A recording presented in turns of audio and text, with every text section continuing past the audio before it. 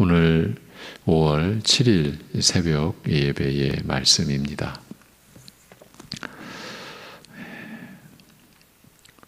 하나님을 등지고 하나님을 대적하는 자리에서 끝없는 어두움으로 나아가야 했던 우리를 돌이켜 주시고 이제 하나님을 향하여 하나님을 바라보며 살게 하여 주신 우리 아버지 하나님, 오늘도 하나님이 우리에게 주신 생명과 모든 은혜 안에서 우리가 호흡하며 살아가며 우리에게 주어진 일을 감당해 갈 때에 그 모든 것이 하나님의 은혜로 되어지는 것임을 고백하는, 그래서 모든 일에서 하나님의 뜻을 연약하지만 또 찾고 구하며 그 뜻을 섬길 수 있는 힘과 지혜도 하나님으로부터 오는 것임을 믿음으로써 은혜를 구하며 살아가는 오늘 하루 되게 인도하여 주옵소서. 예수님의 이름으로 기도하옵나이다. 아멘. 본문은 동일한 데살로니가 전서 5장 19절에서 22절입니다.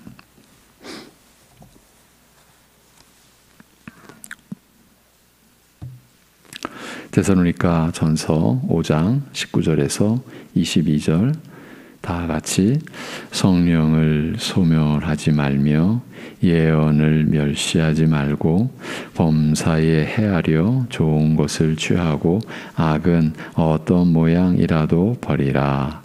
아멘. 어제 이 구절을 총정리하듯이 살피면서 한 가지 중요한 맥점을 짚어볼 수 있었습니다.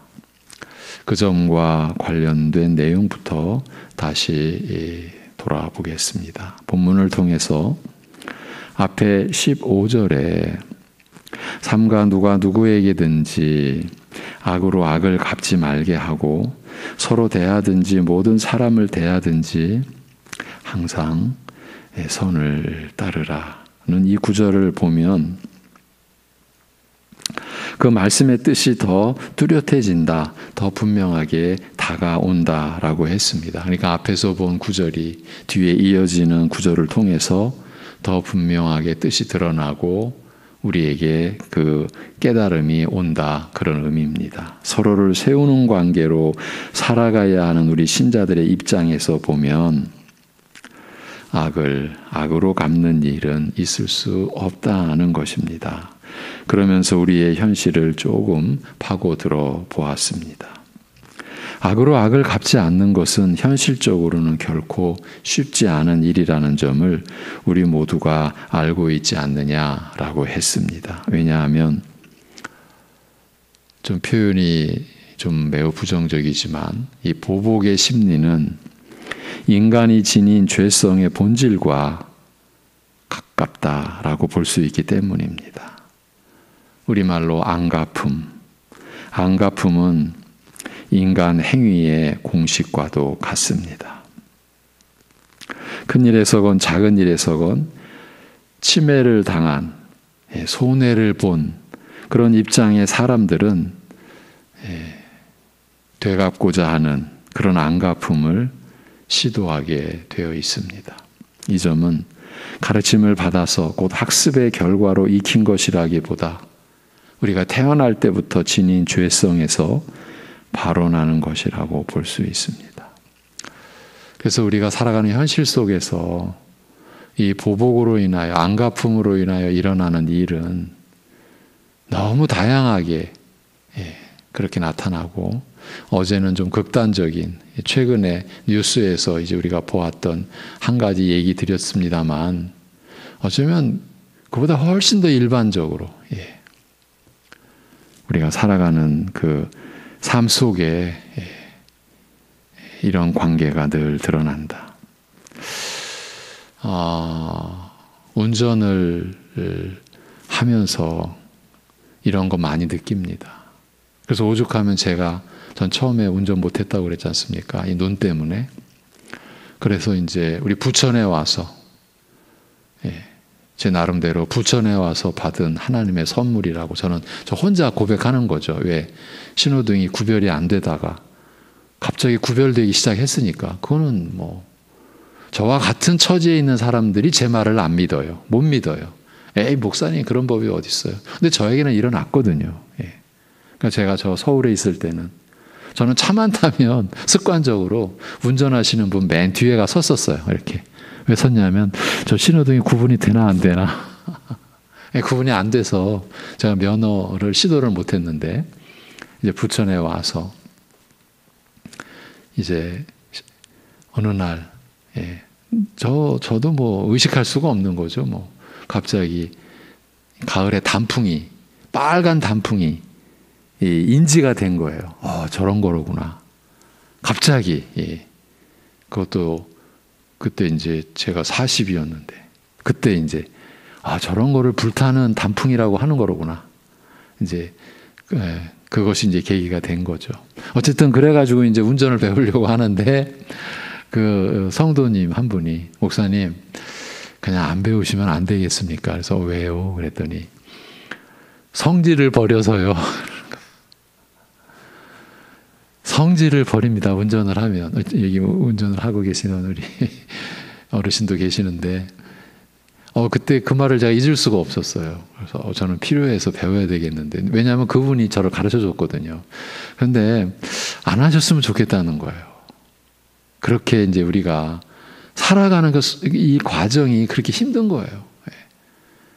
도로에서 늘 서로 부딪히면서 사실 얼굴도 모르고 이름도 모르는데 그런 어떤 대상에 대해서 화를 내고 또 보복하려고 하는, 그래서 보복운전이라는 말까지 생겼잖아요. 그게 법으로까지 또 규제된 것으로 아는데 그게 우리가 살아가는 모습인 거예요. 이 본문이 우리 인간의 이 성정하고는 전혀 지금 이게 어울리는 말씀이 아니에요. 일반적으로는 이런 말을 악은 어떤 모양이라도 버리라. 악을 악으로 갚지 말게 하라. 이런 말씀이 현실에서는 사실은 불가능하다. 그렇게 봐야 돼요. 그렇다면 이런 점을 사도 바울이 몰랐을 리가 없으니 이 서신을 끝내는 마당에서 악으로 악을 갚지 말게 하라고 하며 그리고 이제 21, 22절에 와서 모든 것을 분별하여 선한 것을 취하고 악은 어떤 모양이라도 버리라고, 아니 아예 가까이 가지 말고 떨어져 있으라고 권고한 것은 신자가 살아가는 어떤 한 면을 강조하거나 가르치려 한 것이라기보다는 신자의 기본이 되는, 신자의 전체의 삶의 기본이 되는 그 점을 다시 확인해 주는 의도였다라고 보는 게 옳지 않겠느냐. 어제 이런 말씀을 우리가 나눴죠. 그러니까 이 서신을 마무리하는 시점에서 사도는 그 시대 그 나라의 모든 믿는 자들의 본이 되었던 데살로니가의 교인들에게 하나님을 섬기는 자들로서의 기본이 되는 삶과 그 자세를 마지막으로 잡아주고 있는 것이 틀림없겠다. 우리가 이렇게 볼 수 있다고 나눈 거예요. 부모가 먼 길을 떠나는 그 눈에 넣어도 아프지 않을 그 사랑하는 그 자식의 몸가짐을 세심하게 바로 잡아주는 그런 모습같이 느껴지기도 하고, 오랫동안 못 볼 수도 있는 그 자녀에게 하나라도 더 챙겨주며 또 당부의 말을 전하는 부모의 간절함이 묻어나오는 듯하다고도 했어요. 그런 상황이기에 부모로서 어쩌면 가장 중요하게 여기는 그 안타까움과 염려스러움을 다 담아내지는 못할지라도, 다 표현하지는 못할지라도 이것만은 꼭 지켜줄 것을 당부하는 심정으로 바울 사도는 누구에게든지 악으로 악을 갚지 말게 하라고 권고한 것이라는 뜻이에요. 너만이 아니라 너와 함께 할 교회의 모든 가족들이 그리해야 할 것이라고 이렇게 말입니다. 그래서 이렇게 정리할 수 있다라고 했습니다. 우리 신자들에게 있어서 악으로 악을 갚지 않는 것이 본래 지녔던 죄성을 씻어낸, 그리고 그것을 극복한 증거가 되는 것이라고요. 예수 그리스도를 나의 구주요 주로 믿는 신자가 이 땅에서 그 믿음을 나타내고 증거할 수 있는 그 모습이 바로 악을 악으로 갚지 않는 것이라고요. 최선의 모습이라고까지 했어요. 그만큼 이거는 우리로서는 불가능한, 모든 악으로부터 떠나 있으라고 하니까요. 달리 말하면 선으로 악을 갚는 것이야말로 하나님의 선하심을 닮아가는, 이 땅에서는 최선의 증거요 최상의 열매라는 뜻으로 우리가 이 말씀을 받아야 하지 않느냐, 이런 얘기를 했죠. 그러기에 선으로 악을 갚는 것은 하나님을 기쁘시게 하는 믿음의 행위인 것이요 하나님을 영화롭게 하는 성령의 역사의 열매라고 말씀을 드렸어요. 선으로 악을 갚는다. 이것이 다 하나님의 그 선하심에서 나온, 그리고 그 선하심이 우리를 구원시켜 주셨잖아요. 우리가 하나님의 자비하심을 우리가 입었잖아요. 그래서 골로새서에서 우리가 자비의 성품의 옷을 입어야 하지 않느냐라고 말씀하신 것과 또 같은 맥락인 거죠. 그리고 이런 차원을 확인해 드리기 위해서 어제는 특별히 히브리서의 마지막 13장, 그 마지막 13장에서도 이 선한 양심, 이 선한 행위를 히브리서 기자가 강조했던 세 구절을 인용해 드렸었죠. 우리말 성경의 본문, 범사에 헤아려 좋은 것을 취하고 악은 어떤 모양이라도 버리라고 되어 있어서 그저 평범한 권고로 여겨질 수도 있는 구절이 실제로는 그 깊이를 헤아리기 어려울 정도로 풍성한 의미를 담고 있음을 우리가 조금은 확인할 수 있었습니다. 그럼에도 불구하고 어느 시대나 특히 이 현대 사회에서는 더욱 이런 중심, 이런 정신으로 사는 사람들이 어떤 대접을 받는지 우리가 알잖아요. 멸시를 당하기가 일쑤입니다. 착하면 바보 취급당한다라는 인식이 만연되어 있습니다. 아예 착하다는 것과 바보라는 것이 같은 말로 쓰이지 않는가 싶습니다. 뜻이 같은 동의어가 되어버린 듯 싶습니다. 착한 사람이야 라는 것은 바보야 라는 말. 이런 시대를 살고 있는데 본문과 같은 말씀을 따르며 그대로 산다라는 것이 우리 힘으로 가능하겠습니까? 우리의 성정으로 가능하겠냐라는 거예요. 하나님의 은혜를 우리가 구하지 않고는, 하나님의 은혜 안에서가 아니면, 그리고 이 우리의 그 완악한 마음을 성령께서 말씀을 통해 부드럽게 해주신 그 은혜로 말미암아 그렇게 되어지는 심령이 아니고서는 못 감당할 말씀이죠. 누가 나에게 뭔가 침해를, 내가 좀 손해를 입게 하면, 내 마음이 좀 다치게 하면 우리는 순간적으로 말릴 새도 없이 말로나 아니면 행실로 아니면 두고두고 놔뒀다가 언젠가 이게 사실 더 무서운 거죠. 그렇게 안갚음하는 그런 심사가 사람들 살아가는 모습이잖아요. 그래서 우리가 정신을 차리기 위해서는 우리의 형편을 가능한 한 정확히 파악하고 진단하는 것이 필요하다라고 봅니다. 그래도 다른 곳이 아닌 교회 안에서 이런 말씀이 어떤 위치에 있는가, 이런 말씀이 과연 우리 신자가 붙들고 있는 과연 중심의 말씀인가, 아니면 중심 아닌 저 변두리, 그러니까 이러한 말씀이 어떤 위치에 있는가, 교회 안에서 그것을 우리가 살펴볼 필요가 있어요. 너무 부정적으로 말씀을 드리는 것 같지만 한마디로 있을 자리가 없다라고 할 수 있지 않을까 싶습니다. 있을 자리가 없어요. 이와 같은 말씀은 시쳇말로 인기가 없어요. 찾지도 않아요. 들어도 안 들은 것이나 다를 바가 없어요. 이렇게 말하면 너무 심한 평가일까요?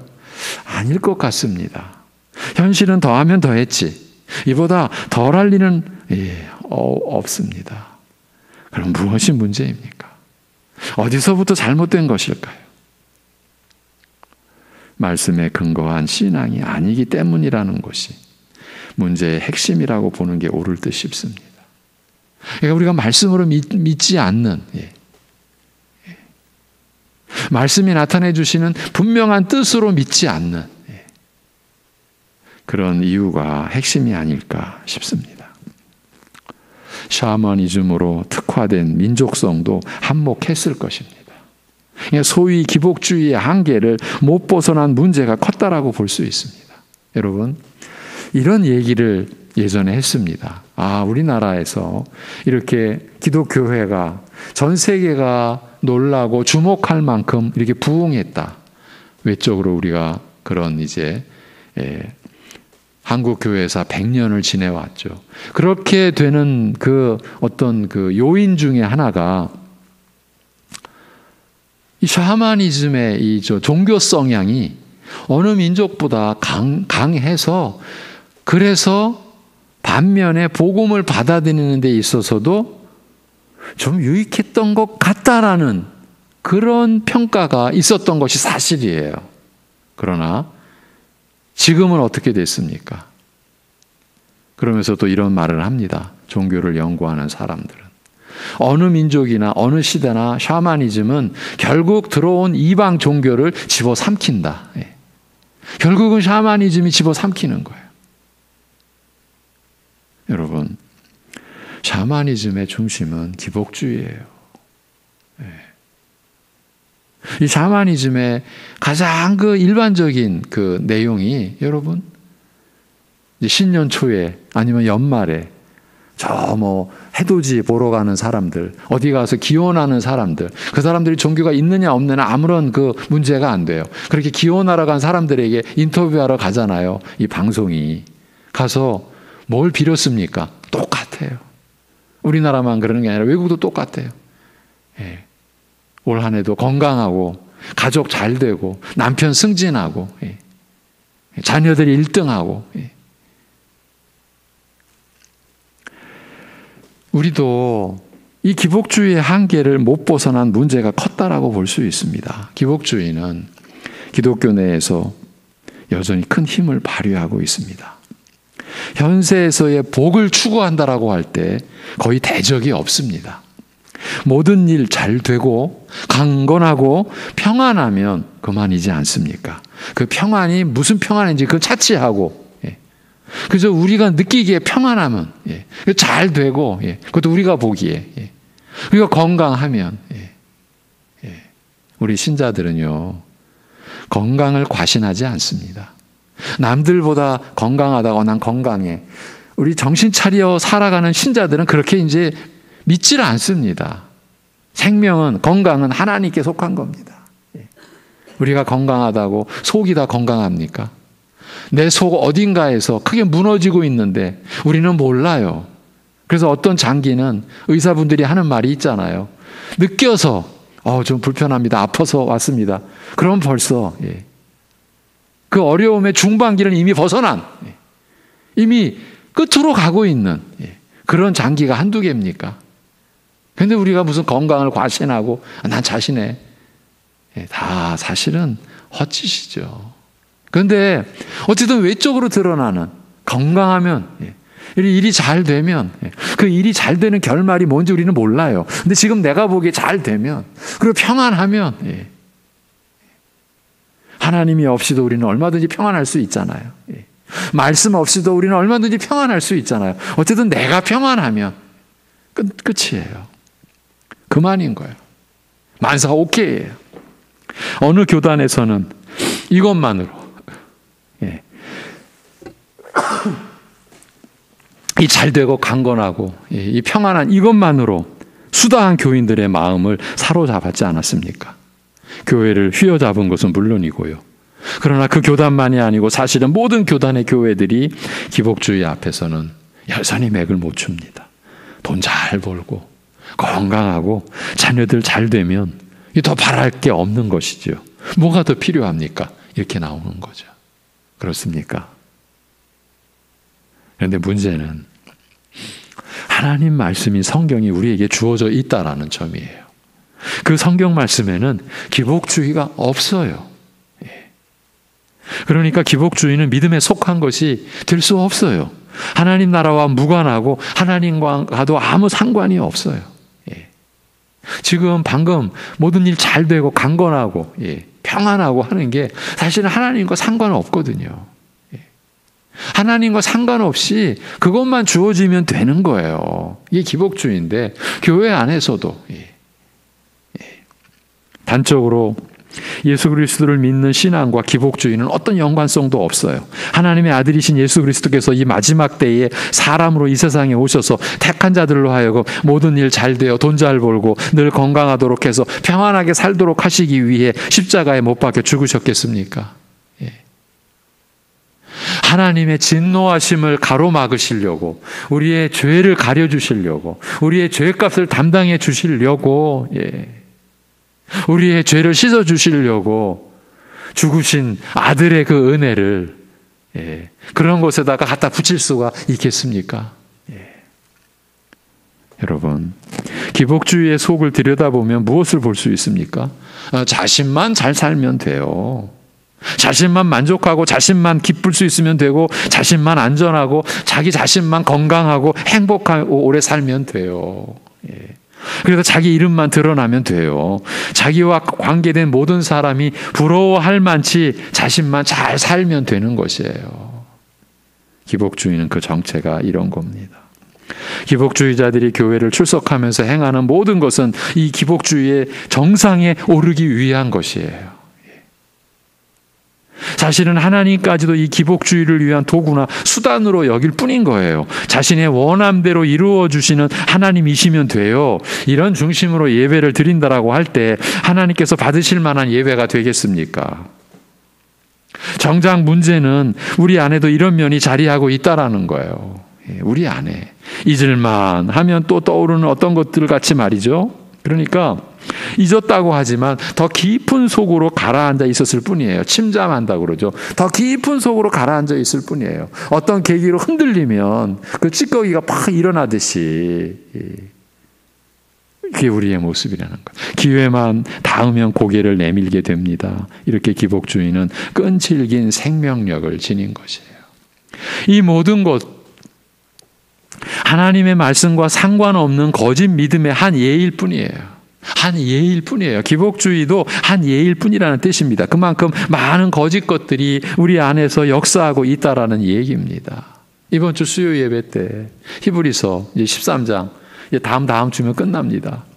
그런 그 히브리서 마지막에 얼마나 우리의 믿음을 회방하는 세력이 얼마나 강교하고 얼마나 끈질기고 당연하지 않겠습니까? 사단이 할 일은 그거밖에 없어요. 그렇게 우리 안에서 거짓 것들이 역사한다라는 얘기입니다. 그 헛것들, 그 거짓 것들이 하는 일이란 우리 신자들이 하나님 말씀을 못 보도록 하는 거예요. 제대로 못 보도록 하는 거예요. 제가 이제 이럴 때 이런 식으로 이제 좀 표현해 드리죠. 사탄의 입장에서 그래, 교회는 나가. 예배도 열심히 드려. 그러나 말씀만은 눈 감아. 귀 닫아. 열심히 봉사해. 열심히 뭐든지 해. 그런데 하나님의 말씀만은, 여러분, 하나님의 말씀 안에 우리를 향한 하나님의 뜻이 담겨 있고 하나님의 사랑이 나오고 거기서 하나님의 은혜가 성령으로 말미암아 우리에게 주어지고, 근데 그 말씀만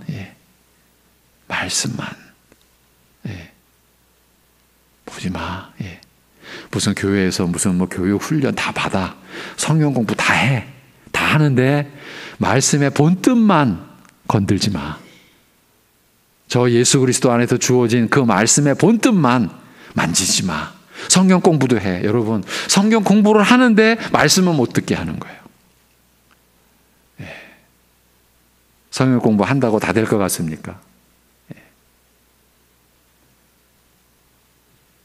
제가 이 부분에 말하면 저의 마음은 너무 아파요. 말씀을 여러분에게 드리기가 어려울 정도로 제 마음이 어려워요, 사실은. 사탄이 하는 일은요, 예배 드려, 성경 공부도 해. 근데 말씀을 못 보게, 못 깨닫게. 이게 그들이 하는 일인 거예요. 말씀을 받고 깨닫는 기쁨과 그로 인한 감사함을 빼앗아 가려고 하는 것뿐 이외에 다른 일을 하는 게 아니에요. 단지 목적으로 교회에 침투해 들어와 교인들의 마음과 정신을 빼앗아서 바른 신앙, 말씀으로의 신앙을 갖지 못하게 하려는 것이에요. 이 모든 배후에는 사탄이 자리 잡고 있는 것이고요. 여러분, 이 탐심은 사람이라는 이 존재의 본질과도 같다고 볼 수 있어요. 여러분, 기복주의는 결국은 탐심을 섬기는 거예요. 그래서 탐심이 우상 숭배라고 한 거예요. 무서운 것은요, 이 탐심의 무서운 것은 다른 사람의 생명까지도 그 탐욕의 대상이 된다라는 점이에요. 다른 사람의 생명까지도 탐욕의 대상으로 삼아버려요. 그래서 첫사람이 이 땅에 있을 때부터 살인, 사람이 사람을 죽이는 이 악이 있었던 것이에요. 첫사람의 아들이 또 다른 아들을 죽임으로써 하나님의 형상으로 지음을 받은 사람의 타락이 어떤 모습으로 드러나게 되는지를 여실히 보여주었죠. 탐심이 무슨 일을 벌이는지를 적나라하게 보여준 것이라고 할 수 있어요. 그 탐심의 주체는 곧 자기 자신 아니겠습니까? 자신을 위하고 자신을 세우고, 그래서 자신을 잃지 않으려는 거예요. 자기가 자신을 지키려고 하는 거예요. 이것이 사람의 탐심이 추구하는 것, 자신을 위하는 것이고 자신을 세우는 것이에요. 그리고 이것을 성경은 악이라고 규정하는 거예요. 악이라고. 여러분, 우리가 자신을 위하고 자신을 세우려고 할 때 그럴수록 우리는 하나님이 나를 위하시고 하나님이 나를 세우셨다라고 하는 은혜를 우리가 떠나는 거예요. 여러분, 자신을 위하고 자신을 세우는 게 열심히 있는 신앙생활이 아니라고요. 우리가 믿음으로 산다고 하면서 자기 중심으로 들어가고 자신을 위하고 자신을 세우는 것은 나의 죄로 인해 죽으시고, 그래서 나의 의를 이루어 주셔서 하나님과 영원한 화평을 온전하게 이루어 주신 예수 그리스도의 은혜, 그 은혜가 나를 위했는데, 그 은혜가 나를 세웠는데, 그걸 우리는 자꾸 부정하고 자꾸 멀리하고, 내가 나를 세워야지, 내가 나를 위해야지. 이 악의 출처는 하나님이 아니세요. 그러니까 하나님으로부터 나오지 않은 것이 바로 악이라고 할 수 있다. 우리가 지금 이걸 정리해 가고 있어요. 선하시고 인자하신 하나님으로부터 나오지 않는 것이 악이에요. 이를 반대편에서 말하면 하나님으로부터 나온 것이 선이라는 뜻이죠. 선은 하나님으로부터 나온 것이에요. 왜냐하면 하나님만이 선하시기 때문입니다. 사람은 그 하나님으로부터 나오는 모든 것으로 살게 된 피조물입니다. 그러니까 하나님이 우리의 모든 것을 위해 주시는 분이에요. 따라서 하나님으로부터 나오는 모든 것으로 살게 된 피조물인 사람은 선을 이루며 살아가야 하는 거죠. 선을 이루며 살게끔 되어 있는 거죠. 곧 하나님으로부터 모든 것을 받은 것처럼 살아야 한다라는 뜻이에요. 그러니까 모든 악의 모양으로부터도 버리라, 그런 말이 성립이 되는 거예요. 생명부터 해서요, 모든 것이 하나님께로부터 온 것이라고 여기며 살아가니 그 모든 것으로 하나님께 또 감사드리며 살 수 있는 거죠. 아울러 모든 것이 하나님의 것이니 우리가 살아가면서 할 수 있는, 또 해야만 하는 것은 하나님의 뜻을 구하는 거예요. 그게 하나님의 나라와 그의 의를 구하는 거죠. 그 뜻대로 사는 것만이 선이기 때문인 거예요. 바울 사도가 이 데살로니가 전설을 마치면서 바로 이 점을 일깨워 주고 있는 겁니다. 그만큼 데살로니가 교회를 사랑한 사도였죠. 그래서 이 근본된, 다른 것은 몰라도 이 점만은 저들이 꼭 받아들여야 하고 또 반드시 이루어야 할 가르침을 주었던 것입니다. 죽든지 살든지 예수님과 함께 살게 된 저들이기에 하나님의 선하심을 따라서. 그래서 우리 하나님을 바라봅시다. 하나님의 선하심을 우리 바라보며 살아갑시다. 그래서 그 하나님의 선하심이 바로 우리가 닮고 우리가 쫓아가는 그 형상됨을 우리가 소망합시다. 우리가 기대합시다. 우리가 그런 말씀을 어떻게 나눴죠? 하나님의 선하심을 바라보는 우리의 심령은 감격스러운 거예요. 온갖 죄악뿐인 이 세상에서 오직 유일한 하나님의 선하심을 우리 신자들은 지금 바라보고 그 안에 들어가 참여할 수 있게 된 거예요. 성령께서 우리 안에 와 계시니까 이보다 더 영광스러운 게 어디 있어요.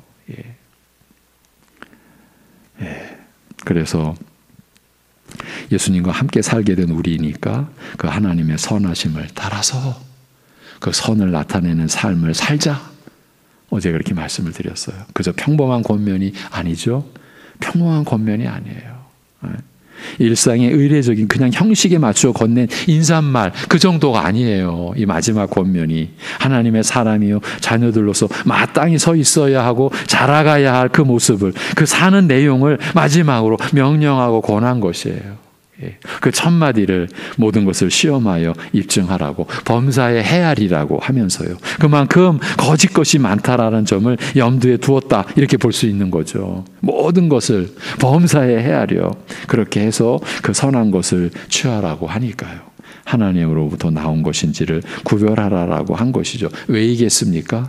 악을, 곧 하나님으로부터 나오지 않은 것을 우리가 지니고 있을 수는 없기 때문인 거예요. 하나님의 사람이요 하나님의 자녀가 되었으니까요.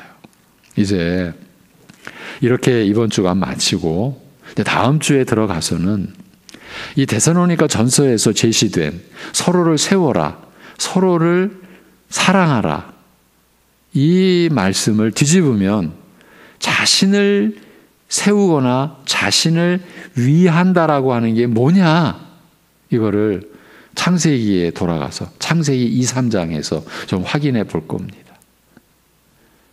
우리는 그냥 내버려 두면 자기 중심이에요. 그냥 자기를 위할 뿐이에요. 우리가 그걸 극복해 가야 돼요. 왜? 우리는 하나님의 사람, 하나님의 자녀니까. 그래서 다음 주부터는, 다음 주 한 주간은 창세기 2, 3장을 본문으로 삼아서 이 데살로니가 전서 이 본문을 염두에 두고 돌아가서 첫사람 아담이 범죄하는 그 과정, 그리고 그 결말, 그 속에서 사람이 자신을 위한다라고 하는 게 얼마나 소름 끼치는 그 일인지를 확인해 갈 거예요. 우리를 세우기, 하나님의 말씀으로 우리를 세워서, 그래서 우리가 서로를 위하고 서로를 사랑하며 살아가는 그 실제를 또 우리가 훈련, 또 연습하고자 합니다. 기도하겠습니다. 하나님 아버지, 우리를 붙들어 주시고 천국 가는 길, 거기서 떨어져 나가지 않도록 간섭해 주시고, 그래야 우리의 믿음이 삶의 형편이 여의할 때나 아니면 너무나 어려울 때나, 어쩌면 어려울 때 더욱 우리의 믿음을 강건하게 붙잡아 주시는 은혜를 감사합니다. 하나님의 사랑이 아니면 우리가 이 믿음 지킬 수 없었음을 고백합니다. 이 연약한 믿음을 하나님께서 그러나 지켜주셨기에 우리가 여기까지 왔사오니, 우리가 이 연약한 믿음이 이제 자라가는, 그래서 하나님의 자녀로 자라가는, 그래서 하나님의 말씀을 이제 생각하고 분별하고, 그리하여 젖만 먹는 어린아이 신앙이 아니라, 어린아이로서가 아니라 딱딱한 음식도 이제 감당해내는, 그래서 선악을 하나님의 말씀으로 분별하며 하나님으로부터 온 것과 오지 않은 것 분별하여 하나님으로부터 오지 않은 것, 그 악은 어떤 모양이라도 우리가 버리며 가까이 하지 아니하며, 그래서 하나님의 선하심을 우리가 늘 품고 닮아가는 그 가슴 벅찬, 그 감격에 충만한 그런 우리 신자들의 삶, 참으로 하나님께 참여하고 하나님과 동행하는, 그래서 하나님 앞에서 우리가 살아가는 그 살아있는 의식을 가지고, 그리하여 그 의식을 가지고 나 아닌 가족을, 나 아닌 이웃을, 나 아닌 우리 교우를, 서로를 위한다라고 하는 것이 얼마나 아름답고 얼마나 복되고 얼마나 놀라운 일인지, 그 신령한 실제의 신앙을 누리며 체험하는 우리 가족들, 우리 온 성도들 삼아주시고 인도해 주시옵기를 간절히 빌 때에 우리 주 예수 그리스도의 이름으로 기도하옵나이다. 아멘.